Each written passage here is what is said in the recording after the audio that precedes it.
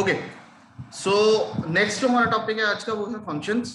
अब फंक्शंस की अगर हम लोग बात करें तो नॉर्मली फंक्शंस को ट्रीट किया जाता है एज अ सब प्रोग्राम्स की तरह, program within a program. ठीक है, आपके पास एक छोटा मतलब जब आपके पास बहुत बड़ा जब आप प्रोजेक्ट करते हो या फिर ज्यादा लंबा काम करते हो, ज्यादा बड़ा काम करते हो जिसमें बहुत सारी स्टेटमेंट्स और बहुत सारे मतलब पार्ट्स अवेलेबल होंगे, मतलब उसको पार्ट्स में डिवाइड किया जा सकता है।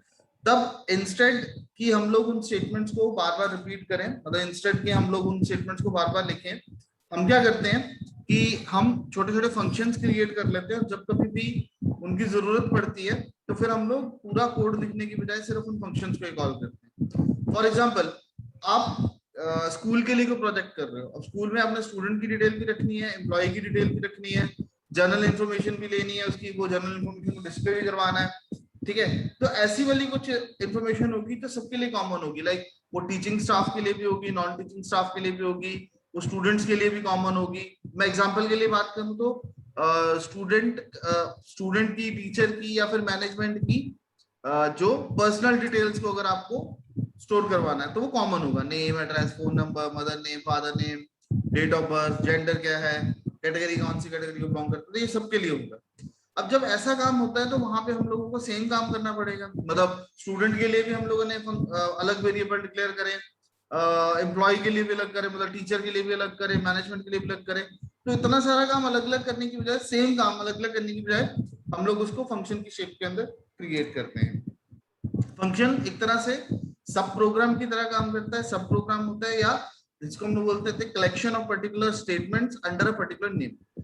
ठीक, जब हम लोगों को सेम सेट को रिपीट करना है तो हम लोगों ने उन स्टेटमेंट्स को एक पर्टिकुलर नाम के साथ सेव कर लिया, और जब कभी भी हम लोगों को फंक्शंस की जरूरत पड़ती है या उन पर्टिकुलर स्टेटमेंट्स की जरूरत पड़ेगी तो उनको लिखने की जरूरत नहीं है।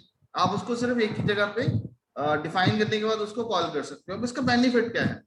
सपोज करिए फंक्शंस हम लोग बनाए क्यों, अगर हम लोग इसकी बात करें। सपोज करिए अभी आज की डेट में आप जनरल इन्फॉर्मेशन लेते हो किसी की भी, चाहे वो स्टूडेंट है, चाहे वो टीचर है, चाहे वो नॉन टीचिंग है, आप किसी की भी जनरल इन्फॉर्मेशन ले रहे हो तो अभी तक आप उसमें उसका आधार कार्ड नंबर नहीं ले रहे थे। ठीक है, या फिर आप सिर्फ उसका फुल नेम ले रहे थे, फर्स्ट नेम लास्ट नेम नहीं ले रहे थे। आप सिर्फ उसका कोई भी ऐसा डेटा, आप उसकी डेट ऑफ बर्थ ले रहे थे। ठीक है, लेकिन आप उसको टाइम ऑफ बर्थ या कुछ ऐसा नहीं ले रहे थे।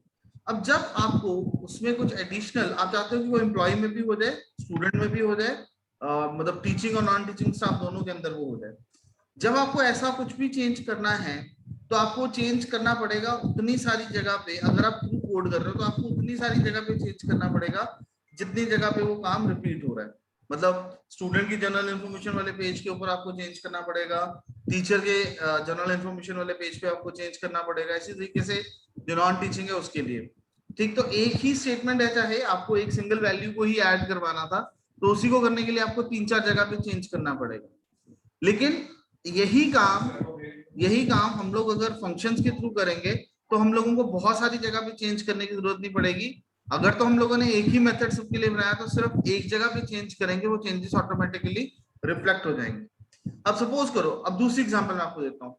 अब सपोज करो आज की डेट में आपने कोई बिलिंग का सॉफ्टवेयर बना लिया, उसमें जो टैक्स का रेट ऑफ इंटरेस्ट था वो था 10%। ठीक है, तो हमने क्या करा, 10% के हिसाब से हमारे जहां पे बिल बन रहा है, कोटेशन बननी है, ठीक है, फिर जहां पे हम लोगों ने डिस्काउंट देना है, बहुत सारी जगह पे जाके हमारे पास वो टैक्स जो है वो कैलकुलेट होगा। और बार बार आपको उस टैक्स को अमाउंट के ऊपर कैलकुलेट करना पड़ेगा। अब सपोज आपके प्रोग्राम के अंदर या आप जो सॉफ्टवेयर डेवलप कर रहे हो उस सॉफ्टवेयर के अंदर अगर 50 जगह पे भी जाके आपको टैक्स की कैलकुलेशन करनी पड़ रही है, 50 टाइम्स अगर आपको टैक्स की कैलकुलेशन करनी पड़ रही है, और वो कोड 2 3 4 5 लाइंस का ही है कि आपसे वो फिगर ले रहा है, कितना अमाउंट है, उसके ऊपर कितना इंटरेस्ट चार्ज करना है आपको, ठीक है, कितना टैक्स आपको चार्ज करना है, उतना टैक्स, और आपको फाइनल फिगर कैलकुलेट करके दे रहा है। ठीक है, तो अब वो चाहे 2-3 स्टेटमेंट्स में ही उसको आपने काम कर देना उसका, लेकिन फिर भी सपोज अगर वो 50 प्लेसेस पे हुआ और उसको 50 प्लेसेस पे ही हमें अपडेट करना होगा, और अगर एक भी जगह पे हम लोग उसको मिस कर जाते हैं तो वो सारे का सारा काम खराब हो सकता है। तो ऐसी सिचुएशन के अंदर हम लोग क्या करते हैं, उस सारी की सारी स्टेटमेंट्स को एक ही जगह पे डिफाइन करते हैं पर्टिकुलर नेम के साथ, और उसको जहां जहां पे भी हम लोगों को वो कैलकुलेशन करवानी थी वहां पे वो स्टेटमेंट्स को लिखने की बजाय वहां पे हम लोगों ने सिर्फ फंक्शन को कॉल कर दिया। ठीक है। अब कॉल करने से क्या होगा, जब भी कॉल करोगे तो हमेशा अपने बेस के पास जाएगा, वहां पे जो स्टेटमेंट्स लिखी होंगी उन स्टेटमेंट्स को एग्जीक्यूट करवाएगा, करवाने के बाद फिर वापस कंट्रोल वहीं पे आ जाएगा। अब जब वो अपने फंक्शन के पास जाएगा, कॉल हम कहते हैं कि हमने कॉल करा, फंक्शन को यूज करा, तो जब वो अपने फंक्शन अपनी डेफिनेशन के पास जाएगा तो जो स्टेटमेंट्स होंगी वहां पे वो उन स्टेटमेंट्स के अकॉर्डिंगली काम करना शुरू करेगा। तो फंक्शंस जो है वो कलेक्शन होती है, स्टेटमेंट की कलेक्शन होती है एक पर्टिकुलर नेम के अंडर। जब कभी भी हम लोगों को कुछ कॉमन सेट ऑफ स्टेटमेंट्स को रन करना है अलग अलग पोर्शंस के ऊपर, तब उसको अलग अलग एग्जीक्यूट करने की बजाय हम लोग उसको एक जगह पे एग्जीक्यूट कर सकते हैं with the help of functions. Functions को मोटा मोटा दो तरह से डिफाइन करा गया है। फंक्शन दो कैटेगरी में मिलते हैं, एक आपको बिल्ट इन कैटेगरीज होते हैं, बिल्ट इन फंक्शन जिसको हम लोग बोलते हैं, और एक यूजर डिफाइंड फंक्शंस होते हैं। बिल्ट इन फंक्शंस तो वो फंक्शंस होते हैं जो फंक्शंस पहले से बने बनाए होते हैं, ठीक है, जो कि आपकी लैंग्वेज का पार्ट होते हैं, उसको आपको अलग से ना तो डिफाइन करने की जरूरत होती है उसकी वर्किंग, ना ही उसके लिए कुछ लिखना पड़ता है। मींस कि वो फंक्शंस ऐसे फंक्शंस होंगे जो फंक्शंस अपने मॉड्यूल्स के अंदर डिफाइन होंगे, तो उनको यूज करने के लिए आपको वो पर्टिकुलर मॉड्यूल या फिर वो पर्टिकुलर मेथड जो है सिर्फ उसी को यूज करना होता है। उसको आप इंपोर्ट कर लोगे तो ऑटोमेटिकली आपका वो काम जो है वो सक्सेसफुली चलना शुरू हो जाएगा। तो इस तरह के बहुत सारे ऐसे फंक्शंस हैं जो फंक्शंस आपको पाइथन के अंदर अवेलेबल है। दूसरी टाइप ऑफ फंक्शंस जो है वो है यूजर डिफाइंड फंक्शन। अब यूजर डिफाइंड फंक्शन की जरूरत पड़ी कहां पे? अब मैं कहता हूं कि सपोज आप कल को किसी कंपनी के लिए सॉफ्टवेयर बनाते हो, जैसे स्कूल के लिए आप सॉफ्टवेयर बनाते हो, अब उस स्कूल में आपने सैलरी का सिस्टम भी उस पर रखा हुआ है, तो हो सकता है कि स्कूल का काम, स्कूल का सैलरी देने का तरीका या मेथड यही हो कि आपकी 9 to 4 जॉब है, ठीक है, और आपको 10,000 15,000 20,000 फिक्स मिलेगा, ठीक है। लेकिन हो सकता है कि किसी और के लिए जो सैलरी कैलकुलेट करने का तरीका हो कि आपका एक फिक्स अमाउंट होगा, मतलब एक सैलरी डिसाइड होगी, उसमें से आपको पर्क्स भी मिलेंगे, उसमें से आपकी डिडक्शन भी होंगी, जितनी छुट्टियां करोगे छुट्टियों के हिसाब से आपके पैसे भी कटेंगे। Getting my point? ठीक है। इसी तरीके से कोई भी ऐसा काम जो टेलर मेड होगा, जिसमें यूजर की कुछ अपनी रिक्वायरमेंट है और उस रिक्वायरमेंट को यूज करके हम लोग कोई नया मॉड्यूल क्रिएट करना चाहते हैं, हम चाहते हैं कि हमारे हिसाब से वो काम करे, उसको सक्सेसफुली रन करने के लिए हम लोगों को यूजर डिफाइंड फंक्शन बनाने पड़ते हैं, और यूजर डिफाइंड फंक्शंस के साथ ही हम लोग आगे काम करते हैं, ठीक है। तो दो तरह के फंक्शंस हो गए आपके पास, एक प्री डिफाइंड फंक्शन जिनको हम लोग इनबिल्ट फंक्शन भी बोलते हैं, और एक यूजर डिफाइंड फंक्शन। ये फंक्शंस वो फंक्शंस होते हैं जिसको डिक्लेयर और डिफाइन यूजर ही करता है अपनी सुविधा के अनुसार, और जो आपके पास इनबिल्ट फंक्शन होते हैं वो लैंग्वेज स्पेसिफिक होते हैं, ठीक है जी। हरमन क्लियर है यहाँ तक? Yes sir. ओके, नेक्स्ट है फंक्शन को डिफाइन कैसे करना है। अब पाइथन के अंदर अगर आप फंक्शन को डिफाइन करना चाहते हो तो उसके लिए डेफ कीवर्ड यूज होता है, ठीक है। डेफ कीवर्ड के साथ फंक्शन का नेम और आर्गुमेंट लिस्ट हम लोगों को बतानी पड़ती है कि अगर वो कोई आर्गुमेंट रिसीव करना चाहता है या हम लोग उसको कोई आर्गुमेंट पास करना चाहते हैं तो वो आर्गुमेंट लिस्ट हम लोग उसको पास कर देंगे, ठीक है। और बाद में उसका बॉडी ब्लॉक जो है बॉडी ब्लॉक डिफाइन करेंगे, और फिर अगर कोई वो वैल्यू रिटर्न कर रहा होगा तो फिर रिटर्न टाइप जो वैल्यू है उसकी, वो रिटर्न टाइप वैल्यू भी हम लोग साथ में डिफाइन कर देंगे, ठीक। तो इसके लिए इसका जो सिंटेक्स है,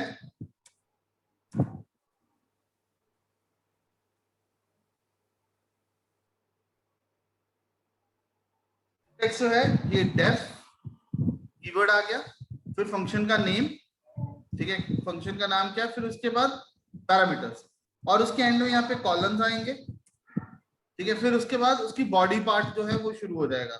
ओके, अगर हम लोगों को फंक्शन क्रिएट करना है तो हम लोग उस फंक्शन को क्रिएट कैसे करेंगे?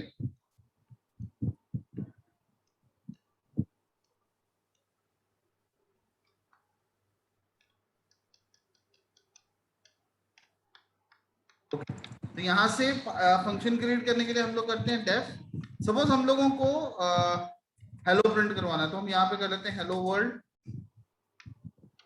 ये कोई आर्गुमेंट रिसीव नहीं कर रहा, यहाँ पे इसको कॉलम दे दिया, और यहाँ पे प्रिंट करवाना है हमको, प्रिंट वेलकम टू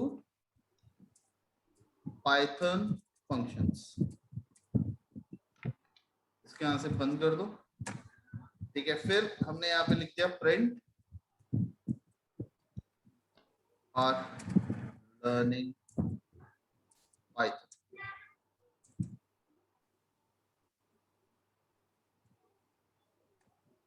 ठीक है, तो अभी इस फंक्शन को हम लोगों ने डिफाइन कर दिया डेफ, ठीक, फंक्शन का नाम आ गया हेलो वर्ल्ड, ठीक, और उसके बाद ये फंक्शन की बॉडी, ये फंक्शन की बॉडी जितनी मर्जी बड़ी होनी चाहिए हो सकती है, कोई लिमिटेड नहीं है कि इसके अंदर सिर्फ 2 स्टेटमेंट होंगी या 4 स्टेटमेंट होंगी, आप इसको जितना मर्जी जो भी रिक्वायर्ड काम है वो आप इससे ले सकते हो।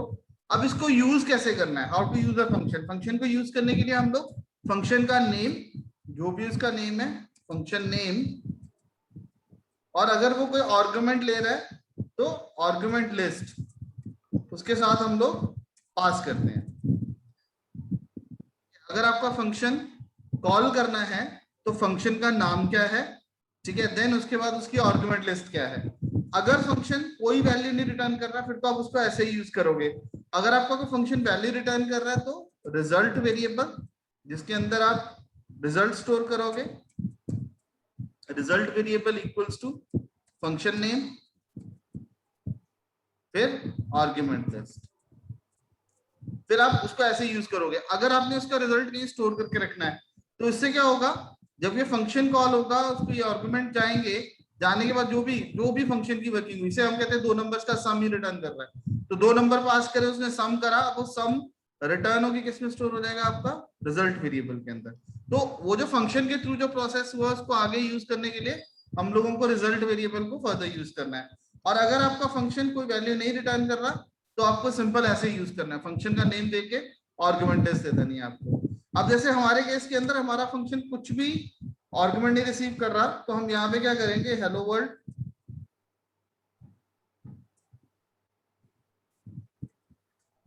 हेलो वर्ल्ड और लिख के एंटर प्रेस करें, तो यहाँ पे क्या आ गया, welcome to Python function we are learning Python. ठीक, तो इस तरह से आपके जो फंक्शन की डेफिनेशन मतलब फंक्शन की वर्किंग जो है वो कॉल होनी शुरू हो जाएगी। सपोज यहाँ पे मैं एक फंक्शन बनाता हूँ डेफ सम, ठीक, और ये 2 नंबर रिसीव कर रहे हैं ए और बी, यहाँ पे मैं C equals to A plus B कर देता हूं और यहाँ पे प्रिंट कर देता हूं प्रिंट सम इज सी। ठीक है, ये फंक्शन हमारा क्रिएट हो गया।